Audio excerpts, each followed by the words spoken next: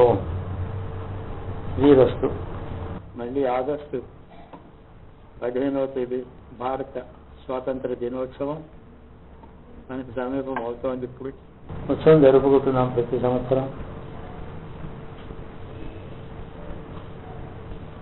1947 August దేశ స్వాతంత్రం వచ్చినప్పుడు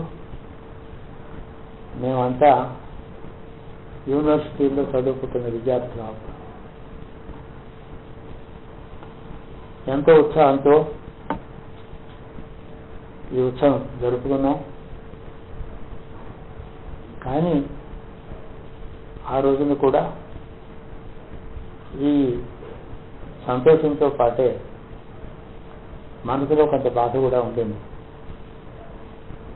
దేశాన్ని విభాగం రెండుగా చేయడం అనేది మొదటగా అది సంతోషించవలసిన విషయంగా ఎవరు భావించలేదు. అప్పుడు కూడా మహాత్మా గాంధీ నుంచి అనేక మంది నాయకులు, మా వంటి ప్రజలు చాలా మంది 10,000 సంవత్సరాల నుంచి ఒకే దేశంగా, భారతదేశంగా పురాణాలు చరిత్రలో ఉన్నటువంటి పవిత్రమైనటువంటి ఈ భూమి రెండుగా చీలిపోవడం కొంత కష్టం కూడా కనిపించింది. అంతేకాక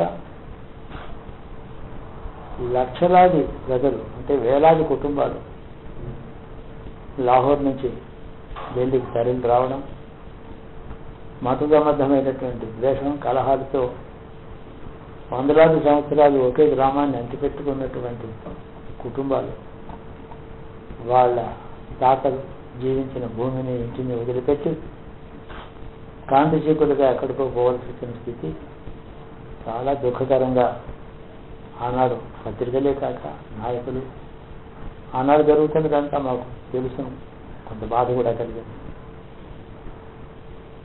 దాని గురించి ఎవరు చేయగలిగింది ఏమీ లేదు. అది చరిత్రలో ఒక తప్పనిసరి ఘట్టం. దుఃఖం ఏమిటంటే మత విశ్వాసాలు దానికి కారణం కావడం ఒకటి. మరి దీని తర్వాత భవిష్యత్తు భారతదేశంలో ఎలా ఉండబోతుంది? ఈ విభజనకు కారణమైనటువంటి మత ద్వేషం భవిష్యత్తులో మనని బాధించకూడదు కదా. ఈ దేశం మనకి స్వతంత్ర భారతం ఎలా నడుస్తుంది అనే భావాలు, భయాలు, ఆశలు, నిరాశలు, అనేక భావాలతో మేము ఉత్సవం చేసుకున్నాం. కాలేజీలో ఆ రాత్రి 12 గంటలకి దీపాలు వెలిగించి హారతులిచ్చి జెండా చుట్టూ అనేక మంది ఆడపిల్లలు, మగపిల్లలు, ప్రొఫెసర్లు, ఊళ్ళో పెద్దలు అందరూ కూడా ఆ జెండాకి హారతులు ఇచ్చాం. మేము ఒకలాగా అనుకున్నాం,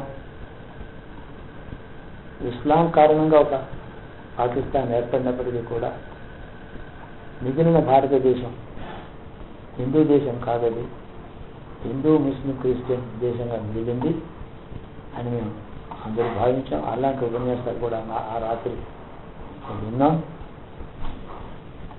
మిగిలిన దేశంలో మళ్ళీ ఇన్ని మతాల వారు ఉంటే మరొక మత విభజన అవుతుందా? అలా కాకూడదు. ఇది అన్ని మతములకు సామరస్యానికి ఆదర్శంగా ప్రపంచంలో కనపడాలి. అట్లాంటి సామరస్యం ఉంటేనే భారతదేశం అనుభవించినటువంటి ఆ కష్టం క్రమంగా కొన్నాళ్ళకి మర్చిపోవచ్చు అని మేము ఆశించాం.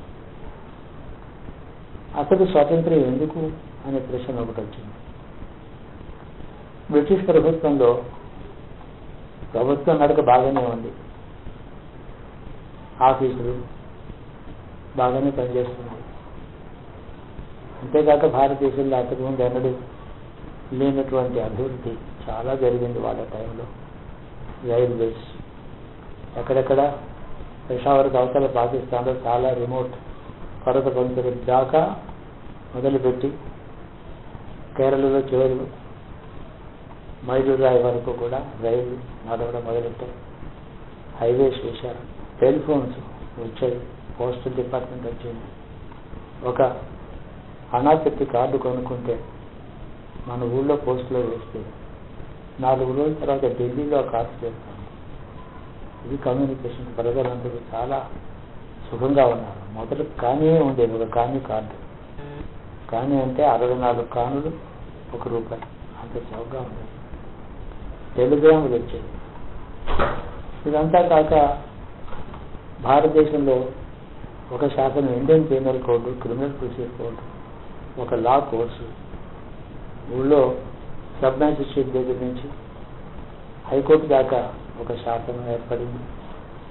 దావాలు, డిస్ప్యూట్స్ ఏమైనా ఉంటే పరిష్కారం అవడానికి ఒక కోర్టు న్యాయ వ్యవస్థ ఏర్పడింది.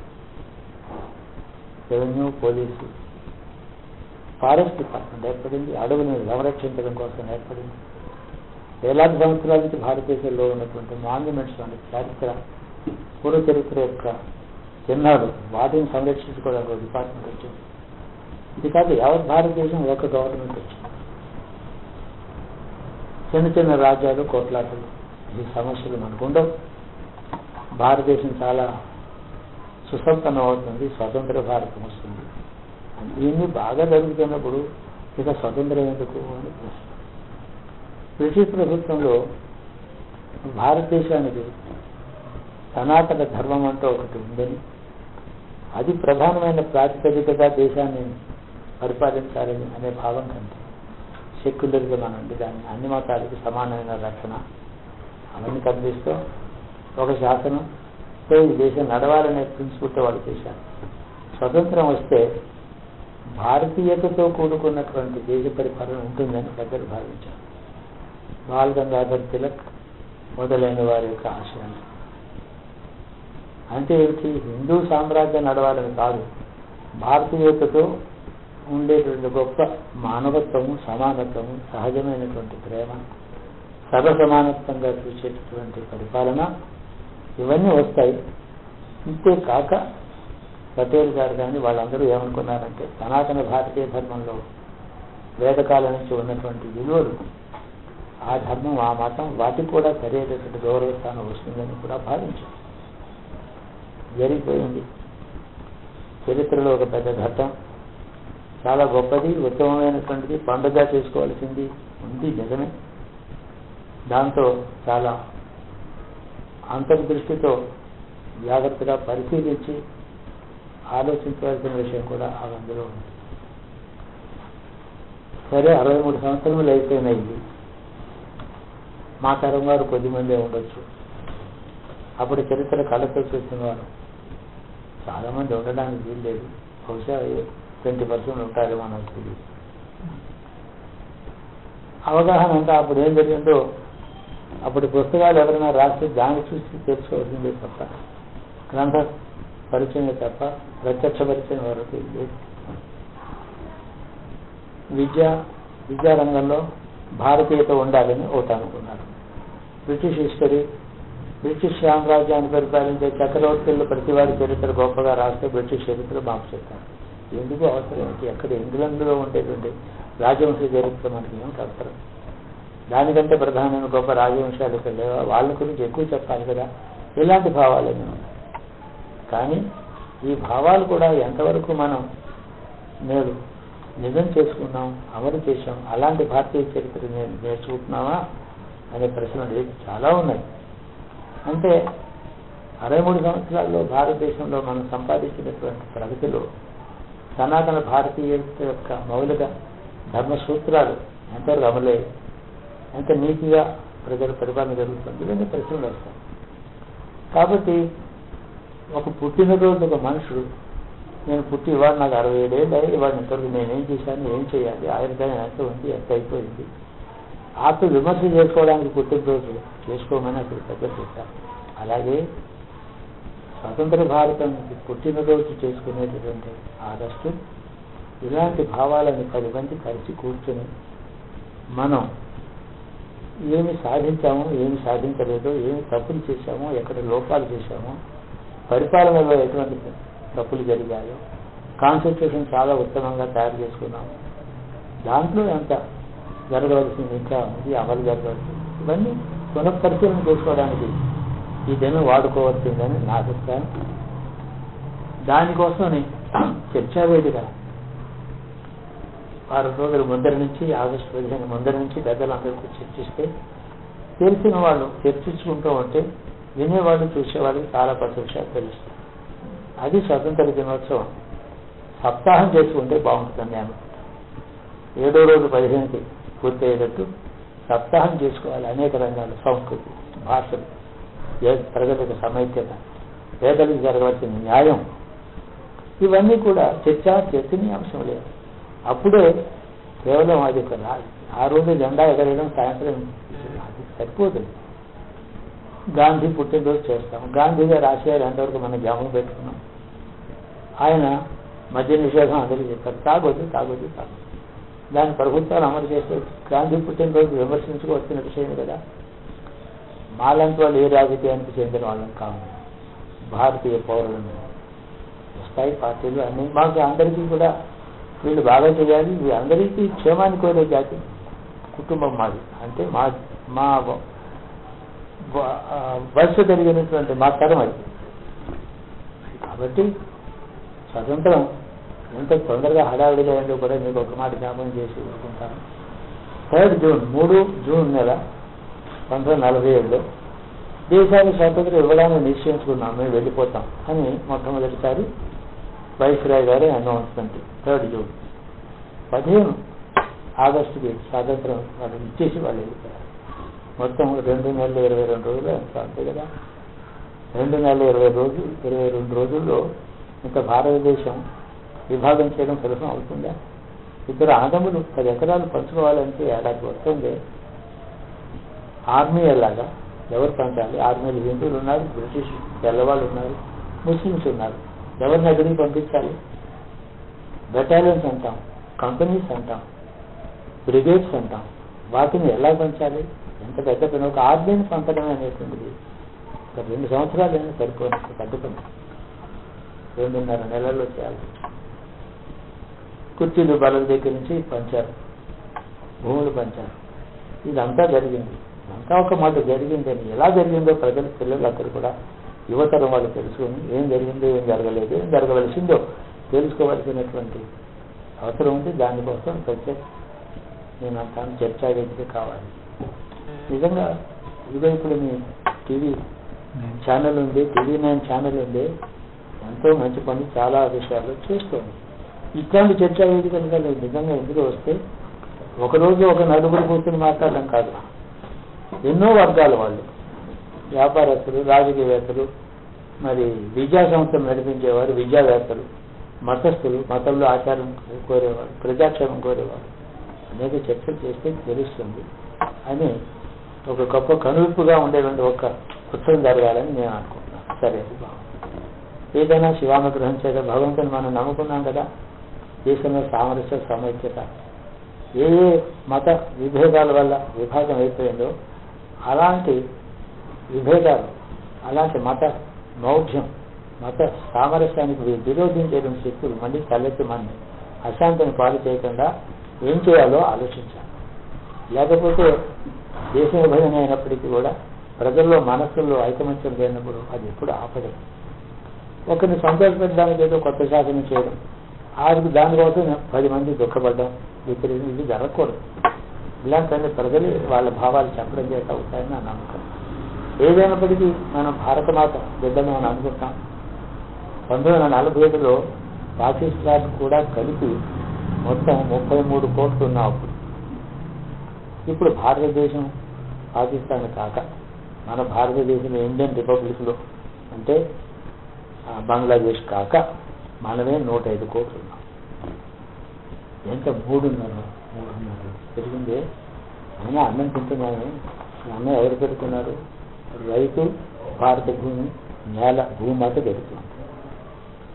రైతు పెడుతున్నారు, భూమాత అన్నం తినిపిస్తుంది, సుఖంగా తింటున్నాం. అప్పటికంటే ఎక్కువ తింటున్నాం. కూరలు, పండ్లు, భోగభాగ్యాలు. ప్రకృతి మనకేం అపకారం చేయలేదు, అన్నం పెడుతూనే ఉంది. కానీ ఈ భారతదేశం ఇది ఒక మా తల్లి, దీన్ని కష్టపడి పనిచేసేవాడు రైతు, పేదవాడు ఉన్నాడు, అనేక పేదల్లో అనేక వర్గాలు ఉన్నారు. వాళ్ళందరికీ ఎంత న్యాయం జరుగుతుంది. మనం ఇంకా ఏం చేయాలి? కరెక్ట్గా ఆలోచించాలి. ఇది మా తరం వాళ్ళు మనసులో ఉండే భావాలు మీకు నేను కొద్దిగా చెప్పాను. భగవంతుని అనుగ్రహం చేత భారతదేశానికి ఇంకా ముందు సరైనటువంటి మార్గంలో రాజకీయం, సాంఘికం, సామాజికం, మరి సాంస్కృతికం అనేటువంటి అన్ని మార్గాలలో ఉత్తమమైనటువంటి పథం మనం సంపాదించుకుంటాం, ఆ మార్గంలో నడుస్తాం. తద్వారా భగవంతుని అనుగ్రహం మనకి బాగా కలిగి సుసంపన్నమై పేదరికం లేని భారతదేశం భవిష్యత్తులో త్వరగా రావాలని నా తరం వాళ్ళు మేము పోయిన తర్వాత కూడా త్వరలోకి రావాలని కోరుకుని మరిపోతాం. మేము ఆ విషయంలో అందరూ యథాశక్తిగా ఆలోచించి త్యాగం చేయాలి. ఇది నా అభ్యర్థన.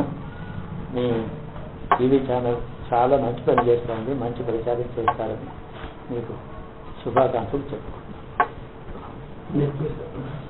విద్యార్థుల గురించి కూడా ఒక 3 నిమిషాలు. విద్యార్థులు భారత స్వాతంత్ర పోరాటం జరుగుతున్న కాలంలో మేము విద్యార్థులం. అప్పుడు మేము ఏం చేశాము? కాలేజీకి వెళ్ళకుండా స్ట్రైక్ చేశామా? ఏదైనా ప్రభుత్వ ఆఫీసులు, బ్రిటిష్ ప్రభుత్వ ఆఫీసులు కదా, మరి దాని మీద రాళ్ళు వేశామా? బ్రిటిష్ పోలీస్ స్టేషన్స్ కదా, దాని మీద మేము దాడి చేశామా? ఎప్పుడూ చేయలేదు. గుర్తుపెట్టుకోండి. ఒక చోట నార్త్ ఇండియాలో శాంతిగా వెళుతున్నటువంటి ప్రజల ఉత్సవం మీద మూర్ఖులైనటువంటి పోలీసు వాళ్ళు చేసుకున్నారు. ఆ క్షణంలో ఆగ్రహించి పోలీస్ స్టేషన్ తగలబెట్టారు. అలాంటి ఇన్సిడెంట్స్ 1, 2, 3 జరిగాయి. కానీ విద్యార్థుల పార్టిసిపేషన్ ఎంతవరకు ఉంది? ప్రధానంగా చెప్పాలంటే పెద్దలు, నాయకులందరూ కూడా ఎటువంటి నాయకులు వాళ్ళని అనుసరించే ప్రజలు అలా ఉంటారు. నాయకులు ఎలా ఉన్నారో ప్రజలు అలా ఉంటారు. నాయకులే వెళ్ళి ప్రజలు వెళ్ళి మీరందరూ తిరగబడండి, రోడ్ల మీద వచ్చేవారు తిరగబడండి, చాలా రేపులో కర్రలు కత్తులు పట్టుకొని మీరు శిక్షించండి మనకి శత్రువుల్ని అని కనుక ఎప్పుడైనా పిలిపించారంటే, ఎక్కడైనా ఒక వైలెంట్ ఇన్సిడెంట్ అయితే దాంట్లో వెంటనే ఉద్యమం స్టాప్ చేయండి అనేవాడు. ఉపవాసం చేసేవాడు ఆ వైలెన్స్ తగ్గిపోయేదాకా. బెంగాల్లో జరిగింది అందరికీ తెలుసు. నవాఖలి ఘోర ఎంతంగా జరిగినాయి అందరికీ తెలుసు. చరిత్ర చెప్తాను.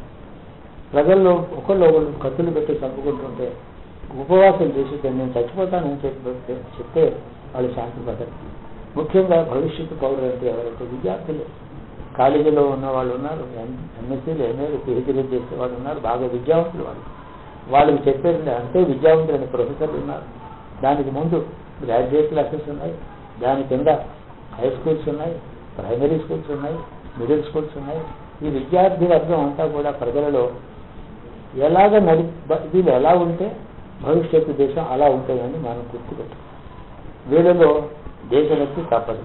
దేశంలో ఏం జరుగుతుందో తెలుసుకోవాల్సిన ఆవశ్యకత గ్రాడ్యుయేట్కి తప్పకుండా ఉంటుంది. దేశంలో జరుగుతున్నది ఏమిటి, ఇందులో న్యాయం ఎంత, అన్యాయం ఎంత, ఏది వైలెన్స్, ఏది పరిహరించాలి, ఏ మార్గంలో వెళ్ళాలి, ప్రతి విద్యార్థికి తెలియాల్సింది కొంత. అది తెలియడం కోసం అంటే వాళ్ళని ఎడ్యుకేట్ చేయడానికి నాయకులు వాళ్ళకి చెప్పాలి. ఇది కాక విద్యార్థులు చదువుకున్న వాళ్ళు పేపర్లు అయితే వాళ్ళకి తెలుస్తుంది. నాయకులు వెళ్ళి వాళ్ళని శాంతి భద్రతను వదిలిపెట్టి దేశానికి సంక్షోభం కలగజేయండి అనేటువంటి బోధ ఎప్పుడైతే పొరపాటున వచ్చిందో మళ్ళీ వాళ్ళలో ఉద్రేకం తగ్గించడం కష్టం. అంతేకాక వాళ్ళు విద్యారంగంలో భవిష్యత్తులో డిగ్రీల కోసం చదువుకుంటున్నారు. వాళ్ళు ఆ విద్యకు కూడా భంగం అవుతుంది. విద్యలో ఒకటే చెప్పాలి, దేశభక్తి, దేశ చరిత్ర, వర్తమాన చరిత్ర, అందులో ఉండే ఒడిదుడుకులు, మంచి చెడు, దాంతో ప్రజల యొక్క కర్తవ్యం, ఇవన్నీ విద్యార్థులకు చెప్పాలి. అయితే విద్యార్థులు రాజకీయాల్లో కానీ ఎందులో కానీ భౌతికంగా సామూహికంగా పాల్గొని ఆత్మహత్య చేసుకోవడం కాదు. దేశం కోసం ఆత్మహత్య చేసుకుంటే ఇట్లా దేశంలో మంచి రోజుల్లో నేను వచ్చి చూస్తాను, ఆ మంచి రోజులు బతుకుతాను, నేను అనుభవిస్తాను దేశంలో భాగ్యం అని మాట వాళ్ళకి చెప్పి మీరు ఇంకా ఉత్సాహంగా భవిష్యత్తులో నడవండి అని చెప్పాల్సి బాధ్యత నాయకులు ఉంది. అలా ఎక్కడైనా జరిగితే నాయకులు చెప్తూనే ఉన్నారు, మీరు ఆత్మహత్య చేసుకోవాలి, వైలెంట్గా జరిగితే చెప్పాల్సిన బాధ్యత మనకు ఉంది. కానీ విద్యారంగంలో భారతదేశంలో సాధించవలసినవి ఎన్నో ఉన్నాయి. ప్రపంచంలో ఉదాహరణకి 6 నెలల క్రితం world's greatest universities, best universities of the world, the 100 best universities of the world అని 100 ప్రపంచ విశ్వవిద్యాలయాలు ప్రపంచంలో చాలా గొప్ప లిస్టు తయారు చేశారు. 100వ స్థానం కూడా ఒక ఇండియన్ యూనివర్సిటీకి రాలేదు. గుర్తుపెట్టు. 100వ స్థానం కూడా రాలేదు ఒక్క ఇండియన్ యూనివర్సిటీ కూడా. ప్రపంచంలో గొప్ప గొప్ప యూనివర్సిటీస్లో ఒక స్థానం మనకి లేకపోవడానికి మనకి బుద్ధి మాన్యం ఉందా? మనకి తెలివి తక్కువ వాళ్ళమా? విద్యలో మనకి షార్ప్నెస్ అది బ్రెయిన్ లేదా? పండితులు లేరా? ప్రొఫెసర్లు లేరా? సైంటిస్టులు లేరా? కేవలం బుద్ధిహీనులా ప్రజలు? అలా లేదే. అంటే విద్యారంగంలో యూనివర్సిటీస్లో సాధించవలసినటువంటి క్రమశిక్షణ, విజయం, శ్రద్ధ, దేశభక్తితో కూడుకున్నటువంటి వివేకం ఎంతో సాధించవలసి ఉంటుంది. బహుశా నేను అనుకుంటాను ప్రతి స్వాతంత్ర దినోత్సవం నాడు విద్యారంగం కూడా ఒక మాట పునఃపరిశీలన చేసుకుని స్టాండర్డ్స్ ఆఫ్ ఇన్స్టిట్యూట్స్ పెంచుకునే ప్రయత్నం చేయాలి. విద్యార్థులకి అన్ని విషయాలు తెలియాలి. వాళ్ళ ధర్మంలో వాళ్ళు ఉంటారు. తెలియకుండా ప్రపంచంలో దేశంలో ఏమవుతుందో నీకెందుకు అందానికి వాళ్ళకే తెలియాలి. పౌరులు వాళ్ళు. అప్పుడే వాళ్ళు 18 ఏళ్ళ వాళ్ళందరికీ ఓటు ఉంది. కాబట్టి వాళ్ళు ఎలా ఉండాలి అలా జరగాలి. కర్తవ్యం చేసేటప్పుడు రాజకీయాల్లో వెళ్ళి ఆత్మహత్యలు చేసుకోవడం కానీ, వైలెన్స్ వేయడం, బస్సు పెట్టడం, ప్రజలను కష్టపెట్టడం అది కాదు చేయాల్సింది. వాళ్ళ బుద్ధితో తీర్మానాలు పాస్ చేయొచ్చు, ప్రజలకు చెప్పవచ్చు. అది మంచి పని అని నేను అనుకుంటున్నాను.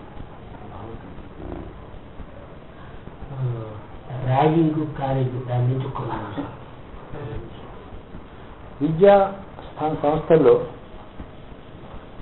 మేము ఎప్పుడు పూర్వం ఎన్నడూ ఎరగనివి, విననివి కొత్త మాటలు ఈ మధ్యన వింటున్నాం. ఈ గత 25 ఏళ్ళు 30 ఏళ్ళు ర్యాగింగ్ అని మాట వచ్చింది. ఆ మాట మేము ఎరగం అసలు. అంటే ఏంటి? ఆ మాట వినంగానే అంటే ఏంటని మా పిల్లల్ని అడిగాను నేను. అంటే కొత్తగా చేరిన విద్యార్థులని ఓ ఏడాది సీనియర్స్ అనేవాళ్ళు ఏడిపిస్తారు అన్నారు. ఏడిపించడం ఏంటి? వాళ్ళని పిలవాలి. తమ్ముళ్ళ మాతో రెంటని చెప్పాలి కానీ ఏడిపించేంటి? లేదు, హాస్యం కోసం అల్లరి చేస్తారు. హాస్యం కోసం అల్లరి చేస్తే ఎలా ఉంటుంది అల్లరి? కొంచెం గడబడి ఎక్కువైపోయి ఆత్మహత్య చేసుకుంటున్నారు. దానివల్ల దుఃఖపడుతున్నారు. కొందరేమో పారిపోతున్నారు. యూనివర్సిటీ వదిలిపెట్టి, కాలేజీ వదిలిపెట్టి. అది వినోదం కానే కాదు. అది అలా దుఃఖపడవలసినటువంటి బ్యాడ్ కల్చర్ అని నేను అంటాను. ఎందుకంటే welcome to the juniors, farewell to the seniors ఇలా ఉండాలి. డిగ్రీ తీసుకుని వెళ్ళిపోతున్న వాళ్ళకి ఫేర్వెల్ ఇవ్వాలి జూనియర్స్ అందరూ.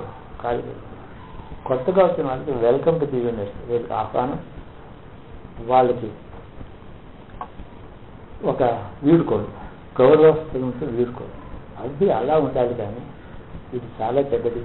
దీనికి కేవలం ఎంతసేపు కాలేజీ అథారిటీ ఏమైనా యాక్షన్ తీసుకోవాలి, పోలీసు వాళ్ళు అక్కడ నిల్చోవాలి, ఇది కాదు పరిష్కారం. నేను అలా అనుకోవటం లేదు. విద్యార్థులు మొదటి రోజు నుంచి వాళ్ళని అడ్మిట్ చేసినప్పటి నుంచి మంచి విలువలు, మంచి ప్రవర్తన, మైత్రి భావంతో, అందరూ ఒక సోదర భావంతో కాలేజీలో ఉండడం. ఇంకేదంటే ఒక కాలేజీలో అన్ని వర్గాల వాళ్ళు ఉంటారు, అన్ని భాషలు మాట్లాడే వాళ్ళు ఉంటారు. యూనివర్సిటీలో అన్ని ప్రాంతాల నుంచి దేశంలో వచ్చిన వాళ్ళందరూ ఉంటారు. కాబట్టి ఒక మినీ ఇండియా, అది చిన్న దేశంలా ఉంటుంది ఒక యూనివర్సిటీ. అక్కడుండే యూనిటీయే ప్రపంచానికి దేశం మొత్తం మీద ప్రతిబింబిస్తుంది. కాబట్టి పెద్ద ఉత్తమమైన విలువలు. అయినా మీరు అప్పుడే గ్రాడ్యుయేట్ కాబోతున్నారు, ఇప్పుడు మీకు ఓటు కూడా ఉంది, ఓటర్ ఎలా ఉండాలో చూడండి అని వాళ్ళకి చెప్పవలసిన బాధ్యత తల్లిదండ్రులకి. తర్వాత మొదటి తల్లిదండ్రులు ఫస్ట్ బాధ్యత వాళ్ళది. రెండో బాధ్యత కాలేజీ అథారిటీ. మూడో బాధ్యత దేశంలో నాయకులు ఎవరైనా వెళ్ళి వాళ్ళకి మంచి మాటలు చెప్పచ్చు. ఇలా చేస్తే విద్యారంగం ఇప్పుడు నేను చెప్పినది దుఃఖహేతు. నాకు 100వ నెంబర్ అయినా రాలేదు ఇండియన్ యూనివర్సిటీ దానికి అని నేను అనుకుంటాను. ఎలా వస్తుంది? ఇలాంటి వీళ్ళకి ఉండే రెండు విలువైనటువంటి తెలివి, సమయం దుర్వినియోగం అయితే కాకూడదని, ఇందులో కూడా గొప్ప పరివర్తన కావాలి, అవుతుందని అనుకున్నాను. శుభం. నేను 1948, 47 స్వాతంత్రాన్ని ముందే చేరాం. కాలేజీలో చూసాం, పండుగలు చేసుకునేవాళ్ళం. అంటే స్వాతంత్ర దినోత్సవం అంటే ముందర దేశ చరిత్రను కొద్దిగా తెలుసుకునేవాళ్ళం, కొన్ని లెక్చర్స్ విని. ఆ చరిత్రలో ఏమేమి జరగాలో ముందర తెలుసుకుని అది జరగాలనేటువంటి తీర్మానాలు, దాన్ని ఒక నాటకీయతతో 4 రంగాలు నాటకంగా రాసి ఆడుకోవడం, ఇలాంటివన్నీ చేసాం. దేశభక్తి గీతాలు పాడుకున్నాం, ఆడకరిచ్చాం. మన సోదరులయ్యా కాశ్మీర్ ప్రజలు, గుజరాతీ సోదరులయ్యా వీళ్ళు మన వాళ్ళయ్యా, వీళ్ళు తమిళ దేశస్తులయ్యా, వీళ్ళందరూ మన సోదరులయ్యా, ఎన్ని భాషల్లోనే కలిపి పాటలు పాడుకుంటాం. స్వతంత్ర దినోత్సవం. ఇది భారతీయ రిపబ్లిక్ డే. చాలా గొప్ప దేశం, ప్రపంచంలో అత్యుత్తమ 10,000 సంవత్సరాల గొప్ప నాగరికత విద్య కలిగినటువంటి దేశం ఇది. మనం మన పునరుజ్జీవనంతో మనం గొప్ప చేసుకుందామని చెప్పి స్వతంత్ర దినోత్సవం మేము చేసుకున్నాం వాళ్ళని. నేను ఉద్యోగంలో చేరిన తర్వాత కూడా మా ఇంట్లో మా పిల్లలు నా భార్య అందరూ కూడా ఇలాంటి దగ్గర చెప్పుకుని గోండా ఇంట్లో పెట్టుకున్నాను. ఆరోపించాను దేశభక్తి వల్ల. అంటే ఒక ప్రాంతీయ భక్తి కాదు, దేశభక్తి గొప్పది. దేశభక్తిలో ప్రాంతీయ భక్తి అంతర్భాగం. ప్రాంతీయ భక్తి లేనది దేశభక్తి ఉండదు, దేశభక్తి లేని ప్రాంతీయ భక్తి ఉండదు. రెండు కూడా తప్పు. అందులో అంతర్భాగం. గొప్ప దేశాన్ని ప్రేమించి నా దేశాన్ని నా ప్రాంతాన్ని ప్రేమించుకుంటాను. అది సరే అలా చేసుకున్నాను. ఎన్నో నాటకాలు రాసుకున్నాను, ఎన్నో పాటలు పాడుకున్నాను. మహాభారతం లాంటి పద్యాలు, రామాయణం లాంటి శ్లోకాలు పద్యాలు, ఇవన్నీ ఇప్పుడు మరో వర్తమాన భారతీయ ఎన్నికలు అనుభవించేటట్టు తెచ్చుకుని నాటకాలు రాసుకొని పాడుకొని నాటకాలు వేసుకున్నాను చిన్నప్పుడు. అదే మంచి దానివల్ల ఒక ఉత్తేజం కలుగుతుంది. నేను